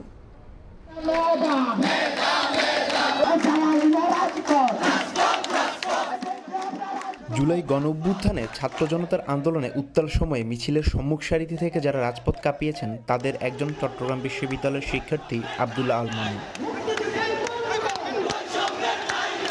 তার বুকে ফ্রি কোটা অর ডাই এবং চাষার ছেলে চাষা কেন এমন রক্ত গরম করা বিপ্লবের নানান স্লোগান আগুন ধরিয়েছিল আন্দোলনকারীদের। শিক্ষার্থীদের উজ্জীবিত করা তার সেই ছবিগুলো দেশের গণ্ডি পেরিয়ে বিবিসির মতো আন্তর্জাতিক মিডিয়াতেও সাড়া ফেলেছিল। মিছিলের সামনে থেকে শিক্ষার্থীদের সাহস জোগাতে আন্দোলনে যার অবদান সেই ছাত্রদল কর্মী মামুন গণ অভ্যুত্থানের পর অনেকটাই আড়ালে। হিংসার রাজনীতির কাছে তার সাহসিকতা ও বীরত্বের ইতিহাস ধামাচাপা পড়লেও হতাশ নন তিনি। আন্দোলনের পথ পদবির জন্য কখনোই অংশগ্রহণ করিনি। আমাদের মূল লক্ষ্য ছিল যে ফ্যাসিবাদী ব্যবস্থার মূল চূড়ান্তভাবে উৎখাত করা, এবং আমরা আগামীতে যদি প্রয়োজন হয় জুলাই বিপ্লবের মতো দেশের মানুষের অধিকার আদায়ের জন্য আমরা সবসময় মাঠে থাকবো। মামুনের আন্দোলনের শুরু মূলত চট্টগ্রাম বিশ্ববিদ্যালয়ের শহীদ মিনার থেকে। এরপর খালি গায়ে শুয়ে চট্টগ্রাম খাগড়াছড়ি মহাসড়ক অবরোধ। তারপর 5ই জুলাই থেকে ক্যাম্পাসের গণ্ডি পেরিয়ে নগরীর 2 নম্বর গেটে আন্দোলনে যোগদান। ওই সময় ছাত্রলীগ ও পুলিশি ভয়াবহ নির্যাতন সহ মৃত্যুর মুখোমুখি হতে হয়েছিল তাকে। সরকারের কাছে আশা করব যেন সবাইকে সমানভাবে মূল্যায়িত করা হয় এবং দেশের প্রয়োজনে যে কোনো যৌক্তিক দাবি আদায়ে আমরা সবসময় মাঠে কাজ করব। অসংখ্য নেতাকর্মী এই জুলাই আন্দোলনে সম্মুখ সারিতে রেখে ভূমিকা রেখেছে। তো আসলে আমরা সেই জায়গা থেকে আমরা বাংলাদেশ জাতীয়তাবাদী ছাত্রদল গর্ব করে বলতে পারি জুলাই আন্দোলনে আমাদের কি ভূমিকা ছিল। আমরা মামুনদের মতো আরও অনেক, যেমন শহীদ ওয়াসিম চট্টগ্রাম কলেজে আমাদের ছাত্রদলের সরাসরি কমিটিতে আছে। দেশের সংকটাপন্ন পরিস্থিতিতে বুক পেতে দেওয়া ময়মনসিংহের ছেলে চট্টগ্রাম বিশ্ববিদ্যালয়ের ইতিহাস বিভাগের শিক্ষার্থী মামুনের মতো আরও কত শত আত্মত্যাগী রয়ে গেছে লোকচক্ষুর অন্তরালে। জুলাই বিপ্লবের চেতনায় দেশকে পুনর্গঠনে তাদের সামনের সারিতে নিয়ে আসার দাবি শিক্ষার্থীদের। তারিফ রহমান, সময় সংবাদ, চট্টগ্রাম বিশ্ববিদ্যালয়। চট্টগ্রামে জুলাই অভ্যুত্থানে আহতদের পুনর্বাসনে 5 লাখ টাকার আর্থিক সহায়তা দিয়েছে একটি বেসরকারি প্রতিষ্ঠান। শুক্রবার বিকেলে নগরীর শিল্পকলা একাডেমিতে ওয়ারিয়র জুলাই চট্টগ্রামের সহায়তায় অনুদান দেওয়া হয়। এ সময় বিএনপির সাবেক নগর সাধারণ সম্পাদক আবুল হাশেম বক্কর এবং বর্তমান কমিটির সভাপতি এসএম সাইফুল ইসলাম আহত 30 জনের প্রত্যেককে 18,000 টাকা করে আর্থিক সহায়তা তুলে দেন। জুলাই বিপ্লবে চট্টগ্রামে শহীদ হয়েছেন 11 জন আর আহত 4 শতাধিক। প্রেজেন্টার গ্রুপ অফ ইন্ডাস্ট্রিজের পক্ষ থেকে আর্থিক সহায়তা দেওয়া হয়। রমজানের 8 দিন বাকি থাকলেও বাজারে ফেরেনি উধাও হওয়া 5 লিটার সয়াবিন তেলের বোতল। সংকট রয়েছে 1 ও 2 লিটারের বোতলেও। এদিকে গরুর মাংসের দাম স্থিতিশীল থাকলেও বেড়েছে খাসির মাংসের দাম। স্বস্তি ফিরেছে মুরগির দামে। এদিকে কমতির দিকে চিনি, ছোলা, ডাল, খেজুরের দাম। আমি 5 লিটার তেল কিনতে যাই, কিনতে পারিনি, 2 লিটার কিনেছি। আমার 7 লিটার দরকার, ওনারা বললো আপনি 2 লিটার নিয়ে যান। তেল খুঁজে পাইছে মানে কষ্ট, এখন তেলের বাজার খুব চড়া। রমজানের আগে ভোক্তার অসহায়ত্বের প্রমাণ মিলছে সয়াবিন তেলের খুচরা ব্যবসায়ীদের কাছেও। তাদের দাবি, ডিলারদের কাছ থেকে চাহিদা মতো তেল মিলছে না। পুরোপুরি বন্ধ হয়ে গেছে 5 লিটার বোতলের সরবরাহ। সারাদিন যায় তেলের লেগে খাড়িয়ে থাকি, 1 কার্টন 2 কার্টন পাই, 5 লিটার তেল পাচ্ছি না, ইনটেক তেল পাওয়া যাচ্ছে না। আর যাই পাই এটা গায়ে রেটে আনতে হয়, আমরা গায়ে রেটের থেকে বাড়িয়ে বিক্রি করতে হয়। রমজানের বাকি আর 1 সপ্তাহ আছে, একই বাড়ির সরবরাহ সয়াবিন বন্ধ, বাজারে আছে পাম তেল। বাংলাদেশ ব্যাংকের তথ্য বলছে চলতি অর্থ বছরে অক্টোবর থেকে জানুয়ারি পর্যন্ত 4 মাসে সয়াবিন তেল আমদানি হয়েছে 5,98,252 টন। গত অর্থ বছরের একই সময়ের তুলনায় যা 34 ভাগ বেশি। তাহলে বাজারে কেন তেলের সংকট? এখনো সরকারের পক্ষ থেকে কোনো সুসংবাদ দেখতেছি না। আর সরকার না উদ্যোগ নিলে আসলে এই সংকটটা কাটবে না। 5 লিটার সর্বোচ্চ 100 কার্টুন 90 কার্টুন করে দিচ্ছে, আর মার্কেটের চাহিদা মিনিমাম 1000 কার্টুন। মাংসের বাজারে উত্তাপ ছড়াচ্ছে খাসি। সপ্তাহ ব্যবধানে কেজিতে বেড়েছে 50 থেকে 100 টাকা পর্যন্ত। গরুর মাংসের দাম স্থিতিশীল থাকলেও মুরগির দাম কমেছে 10 থেকে 15 টাকা। মুরগির বাজারটা নিয়ন্ত্রণে আছে। আমরা আজকে ব্রয়লার বিক্রি করতেছি 190 থেকে 200 টাকা। খাসির মাংসের দাম গত সপ্তাহে 50 টাকা বাড়ছে। গত সপ্তাহের আগে ছিল হচ্ছে 1200 টাকা, এখন 50 টাকা বাড়ছে 1250 টাকা। তবে কেজিতে 5 টাকা কমেছে খোলা ও প্যাকেটজাত চিনির দাম। রমজানের অতি প্রয়োজনীয় পণ্য ছোলা, ডাল ও খেজুরের দাম কমতির দিকে। ছোলা, চিনি তো বাজার এখন ডাউনে আসছে। ছোলা যেরকম কিছুদিন আগে বেশি আপনার 120 টাকা, এখন সর্বনিম্ন আপনার 5 টাকা, আপনার 100 টাকা, 102 টাকা এরকম বিক্রি করা যাচ্ছে। ছোলা, খেসারি, ডাবলি, চিনি, খেজুর এগুলোর দাম স্থিতিশীল আছে, কম আছে। রমজানে বাজার ক্রেতাদের নাগালে রাখতে তদারকি অব্যাহত রাখার দাবি ভোক্তাদের। MS আরিফিন, সময় সংবাদ, ঢাকা। 45 কোটি নয়, বাণিজ্যিক পৌরকর হিসেবে চট্টগ্রাম বন্দরের কাছ থেকে বছরে 160 কোটি টাকা দাবি করেছে চট্টগ্রাম সিটি কর্পোরেশন। শুধু পৌরকর দিলে হবে না, কন্টেইনারবাহী ভারী যানবাহনের জন্য ক্ষতিগ্রস্ত সড়ক এবং কালভার্ট মেরামতে লাভের 1% হারেও কর দিতে হবে। বর্ধিত পৌরকর এবং 1% কর আদায় নিয়ে শুরু হয়েছে দুপক্ষের চিঠি আদান প্রদান এবং দর কষাকষি। স্বাক্ষর টিপুর ক্যামেরায় বিস্তারিত জানাচ্ছেন কমল দে। সেবাগ্রহীতা হিসেবে 2019 সাল পর্যন্ত বছরে 39 কোটি টাকা পৌরকর পরিশোধ করে চট্টগ্রাম বন্দর কর্তৃপক্ষ। 2020 সালে আইন সংশোধনের মাধ্যমে কর 40% পর্যন্ত বাড়িয়ে 45 কোটি টাকা নির্ধারণ করা হয়। মেয়র হিসেবে দায়িত্ব নেওয়ার পর শাহাদাত হোসেন সিটি কর্পোরেশনের আয় বাড়াতে বন্দরের পৌরকর পুনর্মূল্যায়নের সিদ্ধান্ত নিয়েছেন। এর অংশ হিসেবে বন্দরের 1,40,77,000 বর্গফুট স্থাপনার জন্য পৌরকর নির্ধারণ করা হয়েছে 160,16,00,000 টাকা। পরিশোধিত 45 কোটি টাকা বাদ রেখে চলতি অর্থবছর ব্যাপার লং প্রসিডিওর, সো হোল্ডিং ট্যাক্সের কমার্শিয়ালাইজেশন একটা ইজি প্রসিডিওর, সেই জন্য আমরা ওইভাবে গিয়েছি। উন্নত দেশের বন্দরগুলো নিজ নিজ শহরের উন্নয়নে লাভের একটি অংশ বরাদ্দ দিল চট্টগ্রাম বন্দর। এক্ষেত্রে ব্যতিক্রম, এবার বন্দর কর্তৃপক্ষের আয়ের 1% চেয়েছে সিটি কর্পোরেশন। তবে বন্দরের বিদ্যমান আইনে 1% আয়কর দেওয়ার নিয়ম না থাকায় বাণিজ্যিক পৌরকর যাচাই বাছাইয়ের জন্য গঠন করা হয়েছে দুটি পৃথক কমিটি। চট্টগ্রাম বন্দর কর্তৃপক্ষের বোর্ড সিদ্ধান্ত নিয়েছে যে একটা যৌথ কমিটি করা হবে সিটি কর্পোরেশন এবং বন্দরের কর্মকর্তাদের সমন্বয়ে। সেই যৌথ কমিটি ফার্দার অ্যাসেসমেন্ট করবে, অ্যাসেসমেন্ট করে যদি কোনো অতিরিক্ত প্রাপ্যতার বিষয় থাকে সেটা সমাধা করা হবে। আয়ের উপর কর আরোপের বিষয়ে নগর কর্তৃপক্ষের দাবি, সড়কগুলোর ধারণ ক্ষমতা 6 থেকে 10 মেট্রিক টন হলো বন্দরের কারণে 50 থেকে 60 মেট্রিক টন পণ্যবাহী যানবাহন চলাচল করে। এতে সড়কের স্থায়িত্ব নষ্ট হয়ে যাওয়ায় বেড়েছে ব্যবস্থাপনা খরচ। আর তাই বন্দরকে এই ট্যাক্স দেওয়ার কথা বলছেন এই অর্থনীতিবিদ। যে সমস্ত সেবা আপনার নাগরিকদের জন্য দিয়েছেন সেই সেবাগুলো এরাও ভোগ করছে। তো সুতরাং নাগরিক যদি দেয় ট্যাক্স, এদেরকেও এইসব কারণে ট্যাক্স দিতে হবে। এটা দেয় নাই কেন এটা জানি না, কিন্তু আসলে এটা দেওয়া দরকার ছিল। যেটিতে পণ্যবাহী জাহাজ বেরানো, উঠানামার চার্জ এবং ইয়ার্ড ভাড়া থেকে বন্দর কর্তৃপক্ষ বছরে 4 থেকে 5,000 কোটি টাকা আয় করে। এর মাঝে কর্মকর্তা, কর্মচারী এবং শ্রমিকদের বেতন ভাতা পরিশোধ সহ নিজস্ব খরচ মিটিয়ে বছরে 800 থেকে 1,000 কোটি টাকা জমা হয় বন্দরের নিজস্ব তহবিলে। দেশের আমদানি রপ্তানি বাণিজ্যের 93% সম্পন্ন করে অর্থনীতিতে যেমন গুরুত্বপূর্ণ ভূমিকা রাখছে এই বন্দর, ঠিক তেমনি নগরবাসীকে উন্নত সেবা দিতে বদ্ধপরিকর সিটি কর্পোরেশন। আর এর জন্য যেমন সিটি কর্পোরেশনের টাকার প্রয়োজন, ঠিক তেমনি বন্দরের প্রয়োজন সিটি কর্পোরেশনের সেবা নেওয়া। আর এক্ষেত্রে দুটি সরকারি সংস্থাই সমঝোতার মাধ্যমে বিদ্যমান সমস্যার সমাধান করবে, এমনটি প্রত্যাশা করে নগরবাসী। কমল দে, সময় সংবাদ, চট্টগ্রাম।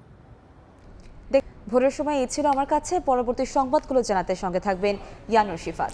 ধন্যবাদ কনক। কক্সবাজার সমুদ্র পাড়ে শুরু হয়েছে 2 দিন ব্যাপী 21 জাতিগোষ্ঠীর বিচ ফেস্টিভ্যাল, যেখানে 21টি সম্প্রদায়ের শিল্পীরা পরিবেশন করেছেন বিভিন্ন ভাষাভাষীর গান, আবৃত্তি ও নৃত্য, যা স্থানীয় দর্শনার্থীদের পাশাপাশি সৈকতে ভ্রমণে আসা পর্যটকরা উপভোগ করছেন। আর বৈচিত্র্যময় বাংলাদেশের সংস্কৃতিকে বিশ্বের সামনে তুলে ধরা হচ্ছে বলে জানিয়েছেন শিল্পকলা একাডেমির মহাপরিচালক মোহাম্মদ ফরাজের ক্যামেরায় বিস্তারিত জানাচ্ছেন সুজাউদ্দিন রুবেল।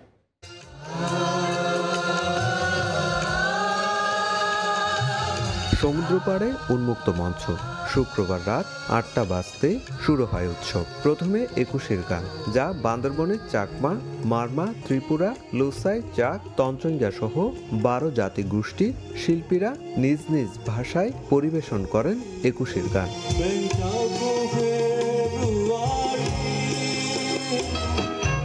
একে একে মঞ্চে পরিবেশন করা হয় মারমা পাখা নৃত্য, বম জীবনধারা নৃত্য ও রাখাইন শিল্পীদের গান। এরপর শুরু হয় সাঁওতাল সম্প্রদায়ের ঐতিহ্যবাহী দাসাই নৃত্য, হুমি মাছ ধরার নৃত্য, ময়ূর নৃত্য ও মণিপুরী রাসনৃত্য মাতিয়ে রাখে দর্শনার্থীদের। 21টি সম্প্রদায়ের শিল্পীদের পরিবেশনায় মুগ্ধ পর্যটকরা। সমস্ত জাতিসত্তা নিয়ে, সৌন্দর্য নিয়ে আমাদের সাংস্কৃতিকভাবে যে অগ্রযাত্রাটা সেটি চলমান থাকে। ক্ষুদ্র নৃগোষ্ঠী সম্পর্কে আমরা জানতে পারলাম অনেক কিছুই। উৎসবে অংশ নেন চাকমা, মারমা, ম্রং, ত্রিপুরা, লুসাই, খুমি, বম, কিয়াং চাক, পাংখুয়া, তঞ্চঙ্গা, মণিপুরী, সাঁওতাল সহ 21টি সম্প্রদায়ের শিল্পীরা সমুদ্র পাড়ে এসে নিজেদের ঐতিহ্য তুলে ধরতে পেরে দারুণ খুশি তারা। আদিবাসী হিসেবে যে এখানে গান করতে পেরে আমি অনেক খুশি। প্রচুর দর্শক এবং আমাদের যে সংস্কৃতি, আমাদের যে ঐতিহ্য সেটা তুলে ধরার আমরা প্রয়াস পাচ্ছি।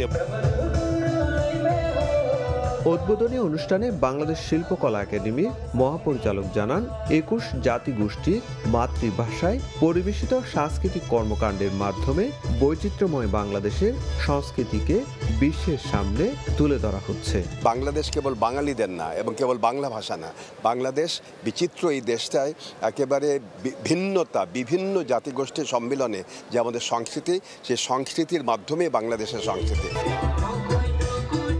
বাংলাদেশ শিল্পকলা একাডেমি ক্ষুদ্র নৃগোষ্ঠী সেল দুদিনব্যাপী এই উৎসবের আয়োজন করেছে, যা শেষ হবে শনিবার রাতে। সুজাউদ্দিন রুবেল, সময় সংবাদ, কক্সবাজার। তরুণ উদ্যোক্তাদের হাত ধরে বদলে যেতে শুরু করেছে রাঙামাটির পর্যটন শিল্প।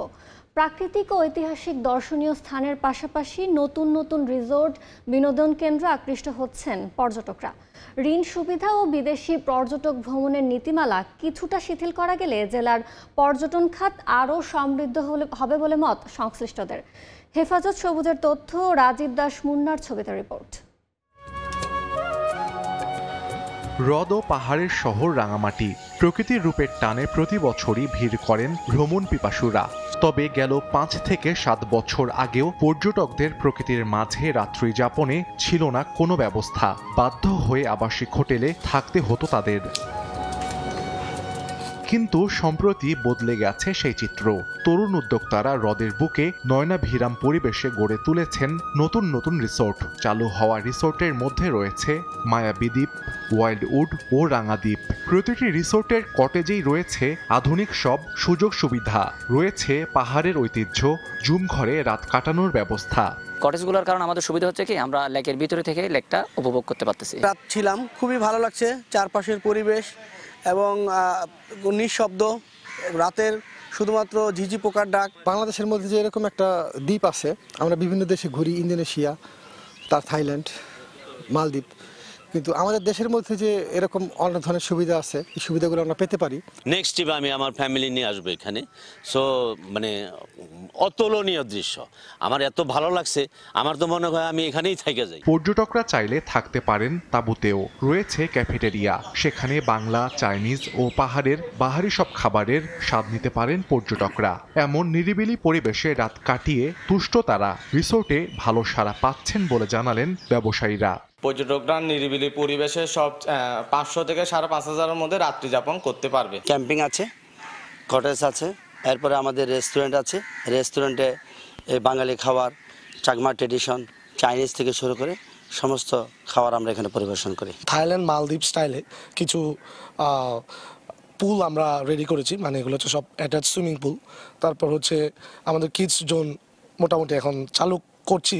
ঋণ সুবিধা ও বিদেশি পর্যটক ভ্রমণের নীতিমালা কিছুটা শিথিল করা গেলে জেলার পর্যটন খাত আরও সমৃদ্ধ হবে মত ব্যবসায়ী নেতারা। বিদেশি পর্যটক রাঙামাটিতে আসতে চান, তাদেরকে এই জেলায় ভ্রমণের ক্ষেত্রে তাদের নীতিমালাটা আরো সহজীকরণ করা প্রয়োজন। ব্যাংকিং সুযোগ সুবিধা যদি আমরা পাই, লোন পাই, তাহলে আমরা মনে করি যে আমাদের ব্যবসাটা আমরা আরো সম্প্রসারণ করতে পারবো। গেল 5 বছরে শুধুমাত্র রাঙামাটি শহরের আশেপাশে গড়ে উঠেছে 20টি রিসোর্ট। সময় সংবাদ, রাঙামাটি। নওগাঁর পাইকারি আড়তে বেড়েছে গ্রীষ্মকালীন সব ধরনের সবজির যোগান। এতে আলু, বেগুন, টমেটো, সিমের দাম কমেছে কেজি প্রতি 5 থেকে 8 টাকা পর্যন্ত। এই বিষয়ে বিস্তারিত জানাতে নওগাঁর পাইকারি সবজি আড়তে আছেন রিপোর্টার এমআর রকি। সরাসরি যাচ্ছে তার কাছে। শীতকালীন সবজির সঙ্গে নতুন করে গ্রীষ্মকালীন যেসব সবজি, এই সবজিগুলো বাজারে আসতে শুরু করেছে, ফলে সব ধরনের সবজির যেমন যোগান বেড়েছে, সে সাথে যোগানের সাথে কিন্তু দরের জায়গাটা আরেক দফা নিচে নেমে এসেছে। বিগত মৌসুমগুলোতে এবার কিন্তু সবজির দরের জায়গাটা প্রথম থেকেই কৃষকরা অনেকটাই হতাশ, কারণ দফায় দফায় কৃষি পণ্যের দাম বাড়লেও চাষিরা বলছেন আড়তে এনে তারা কিন্তু সেই কাঙ্ক্ষিত দর পাচ্ছেন না। এবং নতুন করে বাজারে যেসব সবজি এসেছে এর মধ্যে বিশেষ করে টমেটোটা অধিক মাত্রায় দেখা যাচ্ছে, সে সাথে সিম অনেকটা শেষ সময় এই মুহূর্তে সিমের বাজার একেবারে কিন্তু নিম্নমুখী। আমরা পাইকারি আড়তে যে বিষয়টি দেখছিলাম, প্রতি কেজি সিম বিক্রি হচ্ছে সর্বোচ্চ 6 থেকে 60 টাকা বা 8 টাকা কেজি দরে। অন্যান্য সব ধরনের সবজিতেই এক ধরনের প্রভাব পড়েছে এবং এখানে যারা বিক্রি করতে নিয়ে আসেন ভোর সকালে চাষিরা ক্ষেত থেকে তুলে নিয়ে আসছেন, সেই সবজির চাষিরা কিন্তু অনেকটাই হতাশা তাদের চোখে মুখে ফুটে উঠছে। বলছেন যে এবার মৌসুমের প্রথম থেকে কিন্তু সবজির দরের জায়গাটা তারা অনেকটাই কম পাচ্ছেন এবং উৎপাদন খরচের সঙ্গে কিছুটা অসামঞ্জস্য বলছেন, এবং উৎপাদন করতে গিয়ে যে পরিমাণ সার কীটনাশক এবং বিভিন্ন বালাইনাশকে অতিরিক্ত খরচ যোগ হচ্ছে, সেই তুলনায় কিন্তু দাম এখানে মিলছে না। আমরা একটু যদি দরের জায়গাটা বলি, প্রতি কেজি বেগুন এই মুহূর্তে বিক্রি হচ্ছে 15 থেকে সর্বোচ্চ 18 টাকা দরে। অন্যদিকে টমেটো 10 থেকে 12 টাকা প্রতি কেজিতে। এরকম সব ধরনের সবজিতেই কিন্তু অনেকটাই দর নিচে নেমে এসেছে এবং গত কদিনের তুলনায় নতুন করে কিন্তু 5 থেকে 8 টাকা বা প্রকারভেদে 10 টাকা পর্যন্ত কম এখানে বাজারে লক্ষ্য করছিলাম।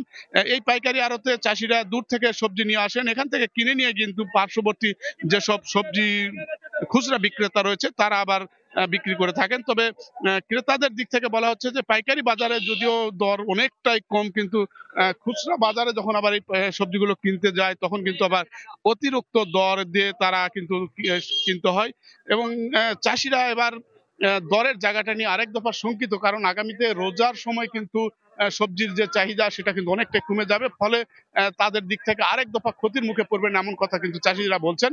এবং জেলায় এই মুহূর্তে সবজির উৎপাদনের দিক থেকে যদি বলি, এবার 34,000 হেক্টর জমিতে বিভিন্ন জাতের সবজি আবাদ করেছেন চাষিরা। এই ছিল নওগাঁর পাইকারি আড়তে সবজি বেচা কেনার খবর আমার কাছে।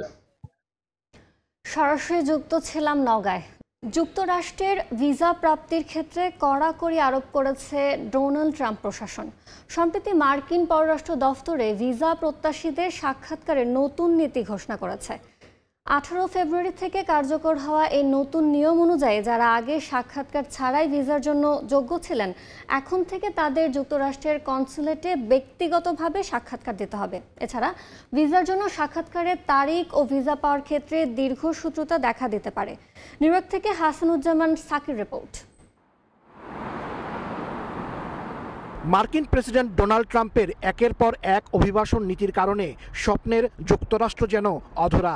অভিবাসন প্রক্রিয়ার পর এবার মার্কিন ভিসা প্রাপ্তির ক্ষেত্রেও কড়াকড়ি আরোপ করেছে ট্রাম্প প্রশাসন। সম্প্রতি ভিসার সাক্ষাৎকারে পরিবর্তন এনেছে মার্কিন পররাষ্ট্র মন্ত্রণালয়। এতে আগে যাদের ভিসা ছিল তাদের আবারও ভিসা পেতে হলে অনেকের সাক্ষাৎকার বাধ্যতামূলক করা হয়েছে। বাইডেন প্রশাসনের সময় ড্রপ বক্স পদ্ধতিতে আগে ভিসা থাকলে মেয়াদ শেষ হয়ে যাওয়ার 48 মাসের মধ্যে আবার আবেদন করলে সাক্ষাৎকার দিতে হতো না। তবে নির্দিষ্ট কিছু ভিসা ক্যাটাগরি যেমন কূটনৈতিক, সরকারি কর্মকর্তা, ন্যাটো ভিসার ক্ষেত্রে 12 মাসের মধ্যে ভিসা নবায়নকারীরা সাক্ষাৎকার ছাড়াই ড্রপ বক্স সুবিধা পাবেন। এর বাইরে যারা নতুন নিয়মের আওতায় পড়বেন না তাদের নিজ নিজ দেশে মার্কিন কনসুলেটে ব্যক্তিগত সাক্ষাৎকারের সময়সূচি নির্ধারণ করতে হবে, যা ভিসা প্রাপ্তির প্রক্রিয়াকে বিলম্বিত করতে পারে বলে মনে করছেন প্রবাসী বাংলাদেশিরা। নতুন মার্কিন ভিসা নীতিতে ভ্রমণ ও কর্মসংস্থান ভিসা এবং পরিবার ভিত্তিক ভিসার নবায়নের ক্ষেত্রেও সাক্ষাৎকার মওকুফের সুযোগ কমানো হয়েছে। এ কারণে ভিসা প্রক্রিয়া দীর্ঘ ও সাক্ষাৎকারের অপেক্ষা বাড়তে পারে ধারণা করা হচ্ছে। হাসানুজ্জামান সাকি, সময় সংবাদ, নিউ ইয়র্ক। যুদ্ধের সঙ্গে ধীরে ধীরে খাপ খাই নিতে শুরু করেছে ইউক্রেনের শিশুরা। তবে এর জন্য চড়া মূল্য হিসেবে দিতে হচ্ছে অবিরাম মানসিক চাপ। দেশটির স্বাস্থ্য মন্ত্রণালয়ের মতে দেশটিতে বাড়তে শুরু করেছে মানসিক সহায়তার চাহিদা। দেখে মনে হতে পারে খুব স্বাভাবিকভাবেই শ্রেণীকক্ষে শিক্ষা গ্রহণ করতে এসেছে শিক্ষার্থীরা, তবে আদতে চিত্র ভিন্ন। ক্ষেপণাস্ত্র হামলার সতর্ক সংকেত বাজানোয় শ্রেণীকক্ষ ছেড়ে বেসমেন্টে ক্লাস অব্যাহত রেখেছে শিশুরা। এমন চিত্রের দেখা মিলল ইউক্রেনের রাজধানী কিয়েভের একটি প্রাথমিক বিদ্যালয়ে। মুহূর্তেই যেন আশ্রয় কেন্দ্রটি ভরে উঠল শিশুদের কোলাহলে। প্রতিনিয়ত নিরাপত্তাহীনতা, বোমা হামলার ভয় কিংবা প্রিয়জন হারানোর মতো কঠিন পরিস্থিতির মধ্য দিয়ে যেতে হচ্ছে ইউক্রেনের শিশুদের। দীর্ঘ 2-3 বছরে দেশের এমন পরিস্থিতিতে বহু শিশুকে মানসিক সহায়তার শরণাপন্ন হতে হয়েছে বলে জানায় ইউক্রেনের স্বাস্থ্য মন্ত্রণালয়। 2023 সালের মন্ত্রণালয়ের প্রতিবেদন অনুযায়ী প্রায় 40 লাখ শিশুর মানসিক সহায়তার প্রয়োজন হতে পারে। এছাড়া 90% ইউক্রেনীয় নাগরিকের মধ্যে দেখা দিয়েছে পোস্ট ট্রমাটিক স্ট্রেস ডিসঅর্ডারের লক্ষণ। আমি বাচ্চাদেরকে জিজ্ঞাসা করেছিলাম, যদি তোমাদের কাছে একটি জাদুর ছড়ি থাকতো তাহলে তোমরা কি চাইতে? তারা সঙ্গে সঙ্গে বলে উঠল যে দেশের জন্য শান্তি। আমি তাদের কাছে যুদ্ধের কথা উল্লেখ করিনি। উত্তরটি তাদের মন থেকে এসেছে। তারা আর ফোন বা খেলনা চায় না, শুধু শান্তি চায়। স্কুলটির শিক্ষক জানান, যুদ্ধের প্রথম দিকে শিশুরা ভয় পেলেও এখন এই পরিস্থিতিতে কিছুটা খাপ খাইয়ে নিতে শুরু করেছে। তবে দীর্ঘদিন ধরে চলমান যুদ্ধ পরিস্থিতিতে শিশুদের মানসিক চাপ বেড়ে আচরণগত সমস্যা দেখা দিতে পারে বলে ধারণা করছেন গবেষকরা। অর্জিতা শেহজিন, সময় সংবাদ। জার্মানিতে কয়েক ঘন্টা পরেই জাতীয় সংসদ নির্বাচন। দেশটির সিডিইউ, এএফডি, এসপিডি, গ্রিন দল ও ডি লিঙ্ক সহ সর্বমোট 29টি রাজনৈতিক দল এবারের নির্বাচনে অংশ নিচ্ছে। এবারের নির্বাচনে দেশটির কট্টর ডানপন্থী রাজনৈতিক দলগুলোর জনপ্রিয়তা বাড়লেও শেষ পর্যন্ত প্রগতিশীল রাজনৈতিক দলগুলোই জয়ী হবে এমন প্রত্যাশা জার্মানির স্থানীয় প্রবাসীদের। জার্মান থেকে ভোটযুদ্ধে বিস্তারিত জানাচ্ছেন বিটু বড়ুয়া। জার্মানির 21তম সংসদ নির্বাচনে 630টি আসনের জন্য লড়বে কমপক্ষে 29টি রাজনৈতিক দল। জনপ্রিয়তার বিচারে দেশটির বর্তমান প্রধান বিরোধী দল Christian democratic union CDU 30%, chancellor Olaf শলসের social democratic party 16%, vice chancellor Robert হাবেকের গ্রিন দল 14%, উগ্র জাতীয়তাবাদী ও ডানপন্থী দল alternative for Deutschland AfD 21%, Die Linke 8%, Christian ক্লিন্টনের free democratic party FDP 4% vote পেতে পারে বলে আভাস দিচ্ছে সাম্প্রতিক সময়ে করা নানা জরিপ ও গণমাধ্যমের পলিট ব্যারোমিটার। তবে এবারের নির্বাচনে ইইউ মুদ্রাস্ফীতি, জলবায়ু পরিবর্তনের ঝুঁকি মোকাবিলা, জ্বালানি শক্তি, শিল্পায়ন, কর্মসংস্থান সহ অভিবাসন নীতি কঠোর করা সহ বিভিন্ন ইস্যুতে সরগরম ভোটের মাঠ। তবে অভিবাসী বিদ্বেষী চরম রক্ষণশীল দলগুলোর জনপ্রিয়তা কিছুটা বাড়লেও শেষ পর্যন্ত প্রগতিশীল ও উদার চিন্তার দলগুলোই সংসদে জায়গা করে নেবে বলে মনে করছেন প্রবাসীরা। বাংলাদেশ থেকে অনেক অভিবাসন প্রত্যাশী, তারপর হচ্ছে স্টুডেন্ট, তারপর বিভিন্ন স্কিল্ড ওয়ার্কার ওরা এসেছে। এই সুযোগটা এসপিডি সরকার আমাদেরকে দিয়েছে। কিন্তু এখন যদি আপনার অন্য কোনো ডানপন্থী রক্ষণশীল সরকার চলে আসে তাহলে আমরা সেই সুযোগ থেকে বঞ্চিত হব। তা আমি এগুলো নিয়ে আমরা আসলে অনেক চিন্তিত রয়েছে। বাট আমরা চাই এসপিডি সরকার আবার আসুক। আমরা বিশ্বাস করি যে তারপরেও উদার এবং মধ্যপন্থী রাজনৈতিক দলগুলো আবারও নির্বাচনে সরকার গঠন করবে। জাতীয় সংসদের নির্বাচনকে ঘিরে প্রস্তুত কেন্দ্রীয় নির্বাচন কমিশন ও সারা দেশের ভোট কেন্দ্রগুলো। প্রতিটি কেন্দ্রে সকাল 8টা থেকে সন্ধ্যা 6টা পর্যন্ত বিরতিহীনভাবে ভোট দিতে পারবেন জার্মানির প্রায় 60 মিলিয়ন ভোটার। ইতিমধ্যে অনেক ভোটারই চিঠির মাধ্যমে ভোট দিয়েছেন বলে জানায় দেশটির নির্বাচন কমিশন। নির্বাচনে সব ধরনের সাইবার হামলা ঠেকাতে ও অপ্রীতিকর ঘটনা এড়াতে প্রস্তুত দেশটির কয়েক হাজার আইন শৃঙ্খলা বাহিনীর সদস্য। এদিকে কোন দল একক সংখ্যাগরিষ্ঠতা পাবে এবং কে হতে যাচ্ছেন জার্মানির নতুন চ্যান্সেলর তা নিয়ে জল্পনা কল্পনার শেষ নেই সাধারণ ভোটারদের মধ্যে।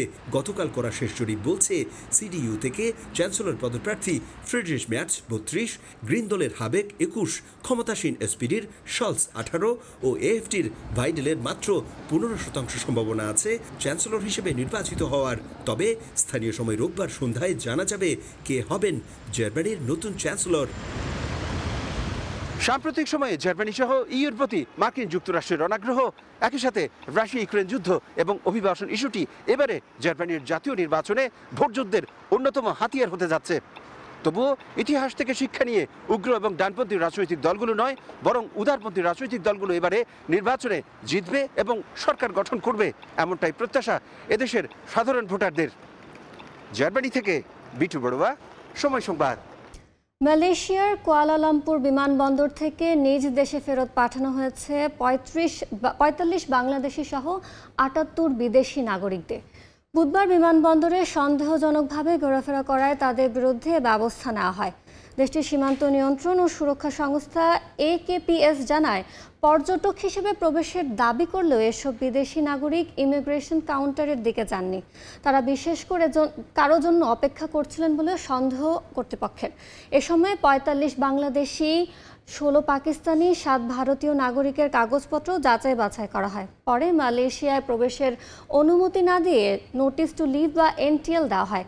১ জানুয়ারি থেকে ১৮ ফেব্রুয়ারির মধ্যে ২৫০০-এর বেশি বিদেশি নাগরিকের তথ্য যাচাই বাছাই করেছে, যার মধ্যে ৯০০ পর্যটক না হয় তাদের প্রবেশের অনুমতি দেওয়া হয়নি।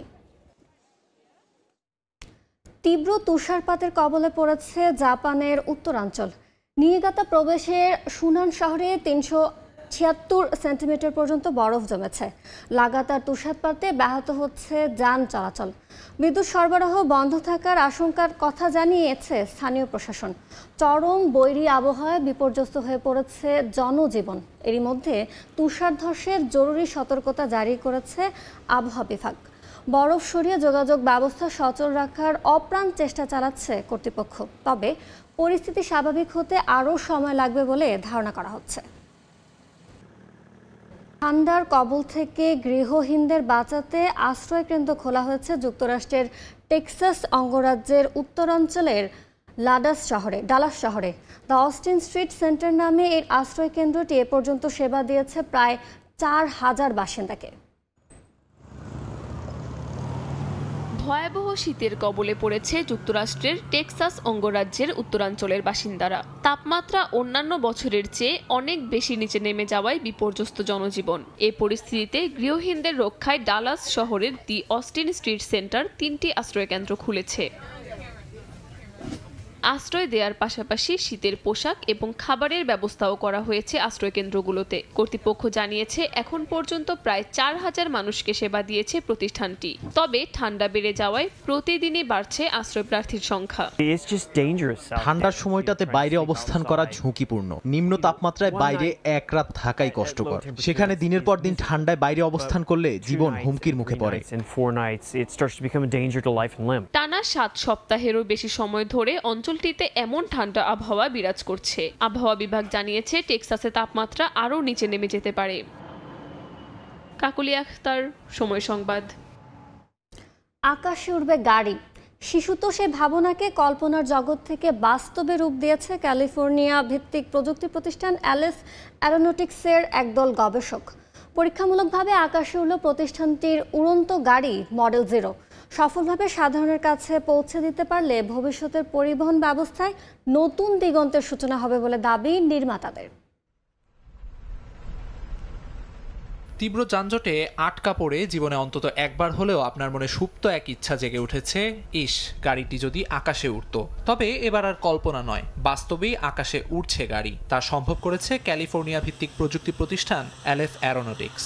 উড়ন্ত গাড়ির বাস্তবতা কেমন হতে পারে সেটাই দেখালো তাদের মডেল 0। সম্প্রতি প্রকাশিত এক ভিডিওতে দেখা যায় ট্রাকের ওপর দিয়ে উড়ে গিয়ে নিরাপদে অবতরণ করছে গাড়িটি। নির্মাতা প্রতিষ্ঠানটির দাবি, উড়তে সক্ষম এমন প্রথম বাণিজ্যিক গাড়ি হতে চলেছে এটি। তবে কেবল পরীক্ষামূলক উড্ডয়ন নয়, গাড়িটির ভবিষ্যৎ নিয়েও আশাবাদী প্রতিষ্ঠানটির প্রধান নির্বাহী জিম ডুখোভনি। আমরা আশা করছি রাইট ব্রাদার্সের মতোই এই ভিডিও নতুন এক যুগের সূচনা করবে, যেখানে উড়ন্তকারী বাস্তবে মানুষের দৈনন্দিন পরিবহনের অংশ হয়ে উঠবে। তবে আপাতত এটি সাধারণ মানুষের জন্য নয়। এখনো উৎপাদন পর্যায়ে না পৌঁছানোয় দাম থাকবে আকাশ ছোঁয়া। বাণিজ্যিক উৎপাদন শুরু হলে সাধারণ সেডান গাড়ির মতোই সাশ্রয়ী হবে এ গাড়ি, এমনটাই দাবি অ্যালেস অ্যারোনটিক্সের। নির্মাতাদের মতে শুরুতে নির্দিষ্ট কিছু প্রয়োজনে ব্যবহার করা হলেও পরে ধীরে ধীরে এটি গণপরিবহনের অংশ হয়ে উঠতে পারে। বিশেষজ্ঞরা বলছেন এটি শুধুই ব্যক্তিগত পরিবহনের চিত্র বদলাবে না, বরং জরুরি উদ্ধার অভিযান থেকে শুরু করে যানজট নিরসনের ক্ষেত্রেও আনবে নতুন দিগন্ত। সেই সঙ্গে এর জন্য উন্নত নিয়ন্ত্রণ ব্যবস্থা ও কার্যকর নীতিমালার উপরও জোর দেন তারা। আমিরুল ইসলাম আলিফ, সময় সংবাদ। চীনের বেজিংয়ে শত বছর ধরে সংরক্ষিত দুর্লভ সব নিদর্শন অবশেষে আলোর মুখ দেখতে চলেছে। প্রাচীন শিল্পকর্ম নিদর্শনগুলো ধীরে ধীরে প্রদর্শনীর জন্য প্রস্তুত করা হচ্ছে। পুনরুদ্ধার করা এই নিদর্শনগুলো স্থান পাবে শতবর্ষী জাদুঘরে। শতাব্দীর গহীনে হারিয়ে যাওয়া ইতিহাসের সোনালী অধ্যায় আবারও ফিরে আসছে। রাজকীয় ঐতিহ্য আর দুর্লভ শিল্পকর্ম, প্রাচীন ইতিহাসের অন্ধকার গলিতে লুকিয়ে থাকা চীনের অতীত এবার ধীরে ধীরে আলোর মুখ দেখতে যাচ্ছে। সংরক্ষণ ও পুনরুদ্ধার প্রকল্পের আওতায় এসব মহামূল্যবান রাজকীয় চিত্রকলা থেকে শুরু করে জটিল কারুকার্য মণ্ডিত নিদর্শন প্রাণ ফিরে পেতে যাচ্ছে। একসময় রাজকীয় প্রাসাদ আজ বিশ্বের অন্যতম দর্শনীয় ঐতিহ্যবাহী স্থান। এখানে সংরক্ষিত রয়েছে প্রায় 20 লাখ প্রাচীন শিল্পকর্ম, যার বেশিরভাগই থেকে গেছে সাধারণ দর্শনার্থীদের চোখের আড়ালে। নিদর্শনগুলোর মধ্যে কিং রাজবংশের মহামূল্যবান রঙিন পাথর বসানো বোর্ড রয়েছে। আমাদের মূল কাজ হচ্ছে রাজকীয় চিত্রকর্ম ও ক্যালিগ্রাফি পুনরুদ্ধার করা। বিশেষ করে কিং রাজবংশের টিয়েলুও এবং বিয়ানলিয়ান নামের ঝুলন্ত ব্যানারগুলো খুবই দুর্লভ। এগুলো সংরক্ষণ করাই আমাদের প্রধান লক্ষ্য। এই শিল্পকর্মটির বয়স কয়েকশো বছর। বিশেষজ্ঞদের মতে এর কাঠামোতে দেখা গেছে প্রচুর ফাটল, আর এতে বসানো 100-র বেশি মূল্যবান পাথরের বেশিরভাগই খুলে পড়েছিল। চলতি বছর চীনের প্যালেস জাদুঘরের শতবর্ষ পূর্তিকে সামনে রেখে অনেক সংরক্ষিত নিদর্শন পুনরুদ্ধারের পর নতুন প্রদর্শনীতে স্থান পাবে। প্রায় 20 লাখ নিদর্শন সংরক্ষিত থাকলেও একসঙ্গে 10,000টি প্রদর্শিত হতে পারে বলে জানা গেছে। আর নতুন এ উদ্যোগের ফলে চীনা সাংস্কৃতিক ঐতিহ্যের আরও বিস্তৃত অংশ মানুষ দেখতে পারবে বলে জানান আয়োজকরা। ইয়াসমিন অনন্যা, সময় সংবাদ। সংযুক্ত আরব আমিরাতের শারজায় চলছে 14তম লাইট ফেস্টিভ্যাল। বিশ্বের নানা প্রান্ত থেকে পর্যটকরা ছুটে যাচ্ছেন অপূর্ব আলোর উৎসব উপভোগ করতে। 5 ফেব্রুয়ারি শুরু হয়, উৎসবে চলবে 23 ফেব্রুয়ারি পর্যন্ত। রাতের আধারে রঙিন আলোয় যেন প্রাণ ফিরে পেয়েছে সংযুক্ত আরব আমিরাতের শারজা। ঐতিহ্য আর আধুনিক প্রযুক্তির মিশেলে আলোকিত গোটা শহর। শারজা তার 12টি প্রতীকী স্থাপনাকে আলোর ক্যানভাসে রূপ দিয়েছে। এবারের আয়োজনের থিম দেওয়া হয়েছে লাইটস ইউনাইট আস। বিশ্বের নানা প্রান্ত থেকে আয়োজনে অংশ নেওয়া শিল্পীরা তাদের সৃজনশীল আলোকচিত্রের মাধ্যমে তুলে ধরেছেন আমিরাতের ঐতিহ্য ও সংস্কৃতির রঙিন গল্প।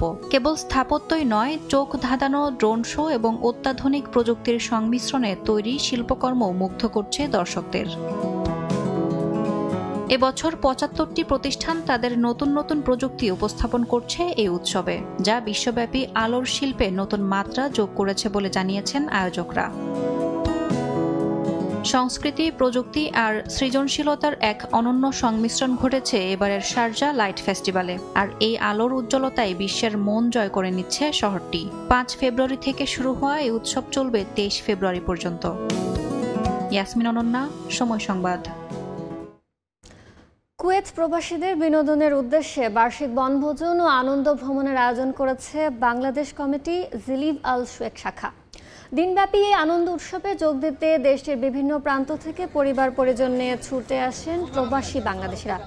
কুয়েতের কৃষি অঞ্চল কাবাদ এলাকায় অভিজাত একটি রিসর্টে আয়োজন করা হয়। প্রধান অতিথি হিসেবে ছিলেন কুয়েত কেন্দ্রীয় কমিটির সভাপতি প্রকৌশলী ফরিদ উদ্দিন। প্রবাস জীবনে একঘেয়েমি কাটাতে ভবিষ্যতে এমন আয়োজন আরও করা হবে বলে জানিয়েছেন কমিটির সদস্যরা।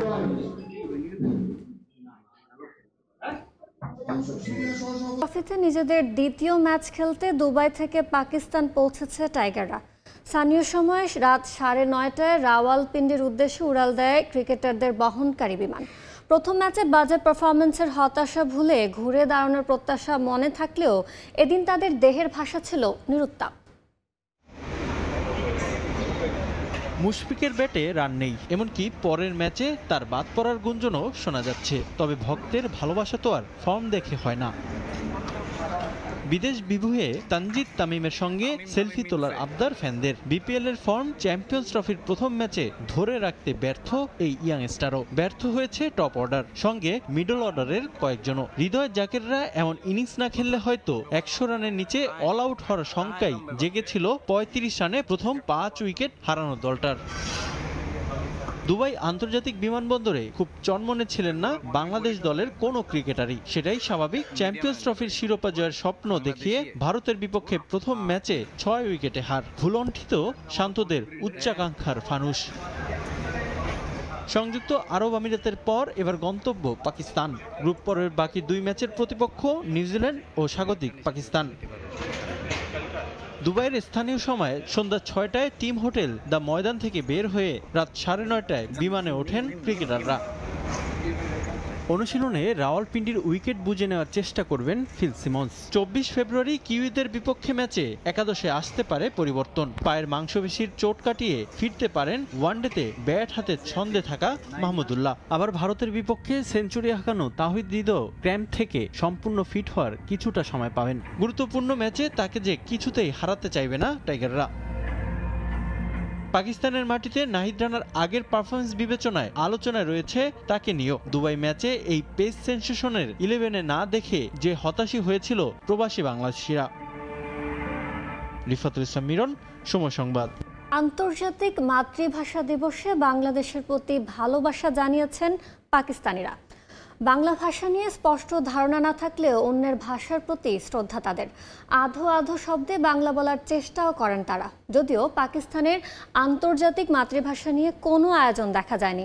পাকিস্তান থেকে নিয়ন মুহাইমিনের রিপোর্ট।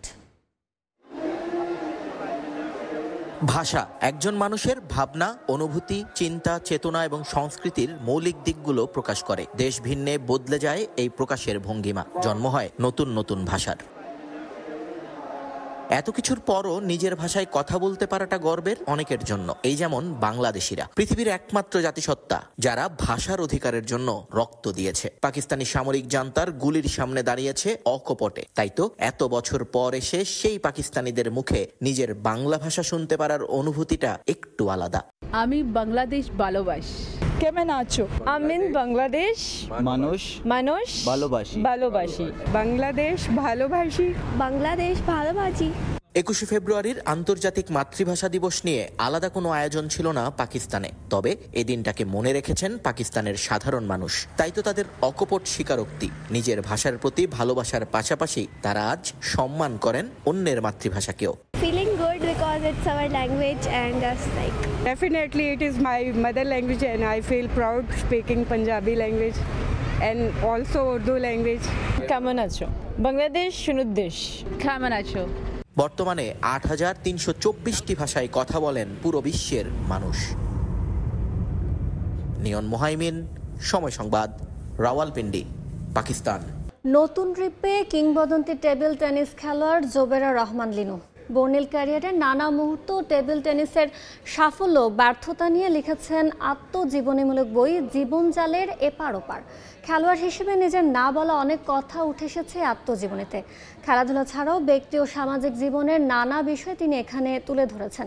জাতীয় প্রেস ক্লাবে লিনুর বইয়ের মোড়ক উন্মোচন অনুষ্ঠানে ছিলেন ক্রীড়াঙ্গনের সাবেক তারকা খেলোয়াড় ও জ্যেষ্ঠ ক্রীড়া সাংবাদিকরা। শ্রদ্ধা ও ভালোবাসায় ভাষা শহীদদের স্মরণ করছে পুরো জাতি। নিজের আত্মজীবনী প্রকাশের জন্য এমন একটা দিনই বেছে নিলেন দেশের ক্রীড়াঙ্গনের কিংবদন্তি জোবেরা রহমান লিনু। বাংলাদেশের টেবিল টেনিসের কিংবদন্তি এই খেলোয়াড় তার বর্ণিল ক্যারিয়ারের নানা মুহূর্ত ও টেবিল টেনিসের সঙ্গে কাটানো সাফল্য ব্যর্থতার দিনগুলো নিয়ে লিখেছেন আত্মজীবনীমূলক বই জীবনজালের এপার ওপার।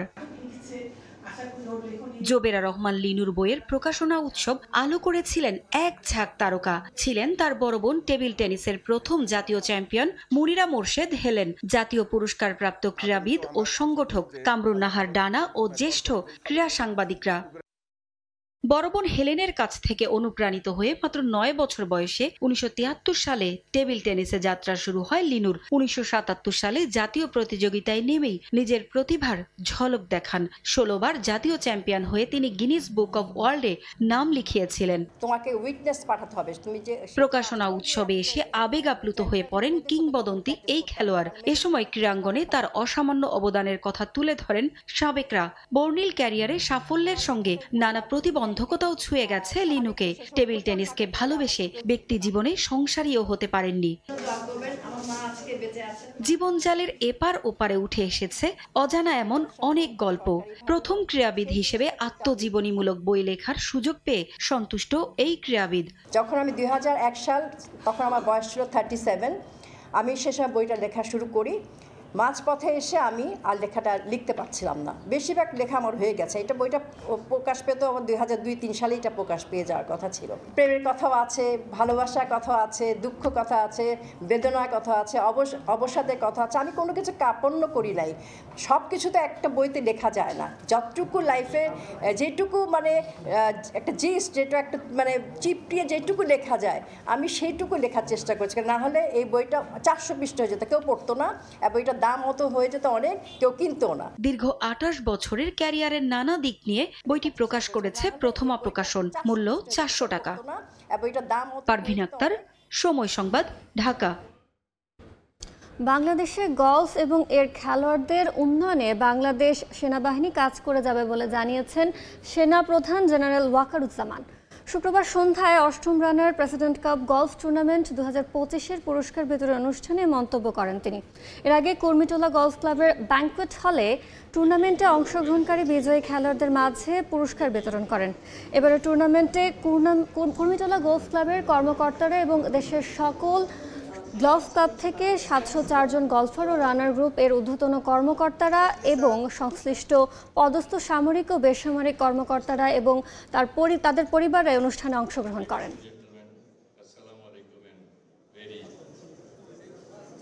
আমরা চেষ্টা করছি গলফটাকে আরও জনপ্রিয় করার জন্য। এখানে প্রফেশনালদের জন্য আমরা টাকা পয়সা দিয়েছি, তারা যেন বেশি করে প্রফেশনাল টুর্নামেন্ট খেলতে পারে বাইরে, সেটার জন্য চেষ্টা জারি আছে। ইয়াং জেনারেশনকে গলফে অভ্যস্ত করা, গলফের সমস্ত টেকনিকগুলো শিক্ষা দেওয়া, সেই কাজ আমরা করে যাচ্ছি। ইনশাআল্লাহ আমরা যেভাবে কাজ করে যাচ্ছি গলফের উন্নয়ন করা সম্ভব হবে। এ পর্যায়ে শীর্ষ সংবাদগুলো জানিয়ে দিচ্ছি আরেকবার। প্রধান সড়ক সহ বিভিন্ন অলিগলি এবং সব জায়গায় নিয়মিত মশার ওষুধ দিয়ে থাকে। ওষুধও দেয় না এই জায়গায়, কিছু বলতে গেলে পরে। গ্রীষ্মের আগে রাজধানীর মশার উৎপাত, লোক দেখানো অভিযানে ক্ষোভ, মশক নিধনে শতভাগ সফল দাবি দক্ষিণ সিটির। বর্ষায় ডেঙ্গু পরিস্থিতি ভয়াবহ হওয়ার শঙ্কা।